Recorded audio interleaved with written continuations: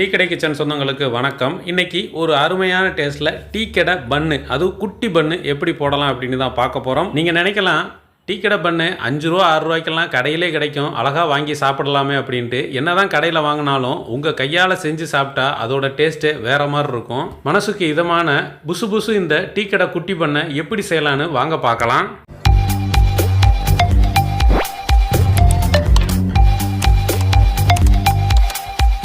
வணக்கம். இன்றைக்கி நம்ம டீ கடை கிச்சனில் குட்டி பண்ணு தான் பார்க்க போகிறோம். அந்த குட்டி பண்ணு எப்படி செய்யலாம்னு தான் பார்க்க போகிறோம். அதுக்கு நம்ம இப்போ மெஷர்மெண்ட்டில் 2 கப்பு மைதா மாவு எடுத்திருக்கோம். கிட்டத்தட்ட ஒரு 300 கிராமு இந்த பெசைறதுக்கு தகுந்தாப்பில் கிண்ணத்தில் மாவு எடுத்திருக்கோம். மைதா மாவு தான், நம்ம இப்போ போகிற பாக்கெட் மாவு தான்.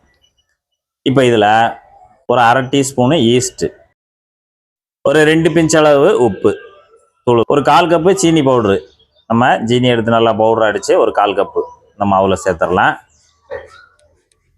இப்போ இது எல்லாத்தையும் ஒரு தடவை நல்லா கலந்து விட்டுறலாம். மாவு, சீனி பவுட்ரு, ஈஸ்ட்டு, உப்பு எல்லாத்தையும் நல்லா கலந்து விட்டுருங்க.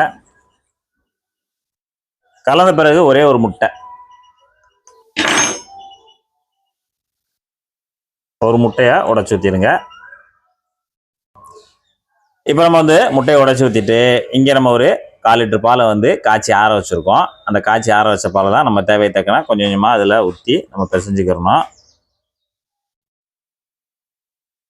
கொஞ்சமாக ஊற்றிட்டு இப்போ ஒரு விஸ்க் வச்சு அந்த முட்டை, அந்த பால் எல்லாத்தையும் சேர்த்து நல்லா கலந்து கொடுத்துருங்க. இப்போ நம்ம முட்டையோட சேர்த்து பால் சேர்த்து நல்லா ஒரு தடவை அந்த மாதிரி கிண்டி கொடுத்துட்டு, அதுக்கப்புறம் இன்னும் கொஞ்சம் மாவு ட்ரையாக இருக்குது, நான் பால் மொத்தமாக ஊற்றிட்டு என்ன அளவுன்னு சொல்கிறேன்.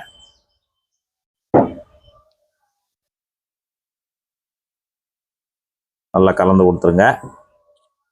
இப்போ நமக்கு 150 பாலுக்குள்ளே தான் தேவைப்பட்டிருக்கு. 150 பாலுக்குள்ளே நம்ம இந்த மாதிரி பிஸ்கை வச்சு நல்லா கலந்துட்டு பிஸ்கை எடுத்துடலாம் தனியாக.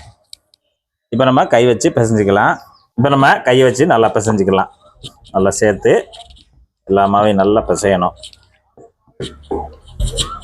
நம்ம இந்த பன்னு, குட்டி பன்னுக்கு அந்த மாவு பிசைகிற பக்கம் முக்கியம். 2வது நல்லா ஊறணும்.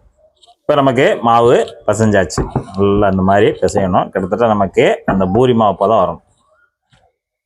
இப்போ நம்ம மாவு பிசைஞ்சோட பக்கம் இப்படி இருக்கணும். நம்ம அழுத்தும் போது இந்த அளவுக்கு நல்லா பூரி மாவு பதத்துக்கு இருக்கணும். இப்போ இதை நம்ம ஒரு மூடி போட்டு ஒரு 15 நிமிஷம் நல்லா ஊற வச்சிடலாம். ஊறட்டும், ஊறி வரட்டும். இப்போ நமக்கு 1/4 மணி நேரம் மாவு ஊறிடுச்சு, ஊறி வந்துருச்சு. ஊறி வந்த மாவை மறுபடியும் ஒருக்க லேசாக பிசைஞ்சு கொடுக்கணும். நல்லா இந்த மாதிரி சைடுகளை எடுத்து நடுவில் விட்டோம்னா நல்லா ரவுண்டாக பிசைஞ்சு வந்துடும். வெளி மாவு உள் போயிடும், உள் மாவு வெளியில் வந்துடும். இப்போ நல்லா நம்ம சேர்த்தாச்சு. இப்போ இதை அப்படியே எடுத்து கட்டிங் டேபிளில் போட்டுக்கலாம். இப்போ நம்ம மாவை, பிசைஞ்ச மாவை கட்டிங் டேபிளில் போட்டு கட் பண்ணுற அளவுக்கு உருட்டிக்கிறணும். பிசைஞ்ச மாவை நம்ம நீட்டமாக ரோல் பண்ணிக்கிறணும். கட் பண்ணுறதுக்கு தகுந்தாப்பில் நம்ம பீஸ் போடணும். அதுக்காக இந்த மாதிரி ரோல் பண்ணிட்டோம்னா நம்ம பீஸ் போடுறதுக்கு ஈஸியாக இருக்கும். இப்போ நம்ம நல்லா அந்த அளவுக்கு நீல வாக்கில் நல்லா உருட்டி வச்சுட்டு இதை நம்ம கட் பண்ண போகிறோம். சின்ன சின்ன பீஸுகளாக கட் பண்ணால் போதும். நமக்கு இது நல்லா அந்த பன்னு குட்டி பன்னு நல்லா உப்பி வரும். அதனால் நம்ம சின்ன சின்ன குட்டி குட்டியாகவும் இந்த மாதிரி வெட்டிக்கலாம். இப்போ நம்ம கட் பண்ணி வச்சுருக்கக்கூடிய மாவை ஒரே ஒரு பீஸ் மட்டும் எடுத்துருங்க. ஒரு பீஸ் எடுத்துட்டு அதை நல்லா மறுபடி இந்த கார்னர் பகுதியெல்லாம் எடுத்து நல்லா சேர்த்து விடுங்க. இந்த மாதிரி சேர்த்து நம்ம ஒரு ரவுண்ட் பண்ணணும். இப்படி அமுக்கிட்டு கையில் எடுத்துக்கோங்க. இப்போ நம்ம கையில் எடுத்துகிட்டு இந்த மாதிரி லைட்டாக சைஸ் பண்ணிவிட்டு அப்படியே நம்ம தனியாக எடுத்து வச்சிடலாம். இப்போ நம்ம மாவுகள் எல்லாத்தையுமே நல்லா கட் பண்ணி இந்த மாதிரி சைஸாக நம்ம உருட்டி தனியாக எடுத்து வச்சிடணும். இது ஒரு 10 நிமிஷம் நல்லா ஊறி வரணும். ஊறி வரட்டும்.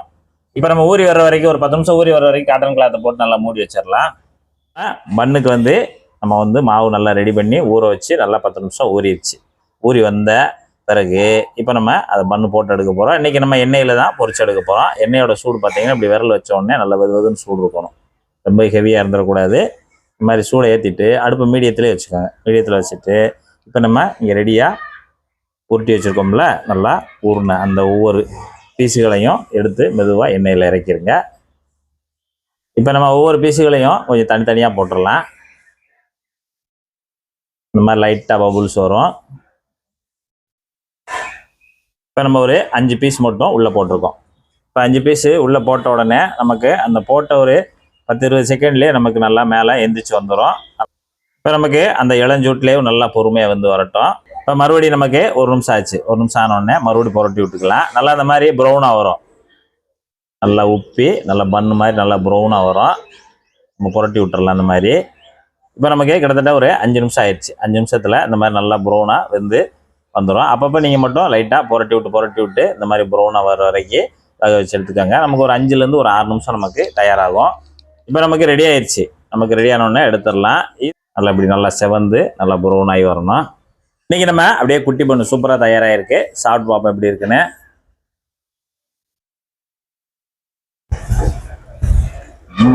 பன்னு நல்லா ஒரு எளிமையான முறையில் நம்ம வீட்டிலேயே ஒரு சூப்பரான ஒரு குட்டி பன்னு, அருமையான பன்னு. இந்த டீ டைமில் இந்த இது அப்படியே பிச்சு டீயில் லைட்டாக முக்கி சாப்பிட்லாம். ஏன்னா இனிப்பு வந்து இதில் ஒரு அளவான இனிப்பு தான், ரொம்பலாம் இனிப்பு இருக்காது. இதே போல் உங்கள் வீட்டில் ஒரு குட்டி பன்னு செய்து சாப்பிட்டு பார்த்துட்டு எப்படி வந்ததுன்றதை கமெண்டில் சொல்லுங்கள். நன்றி, வணக்கம்.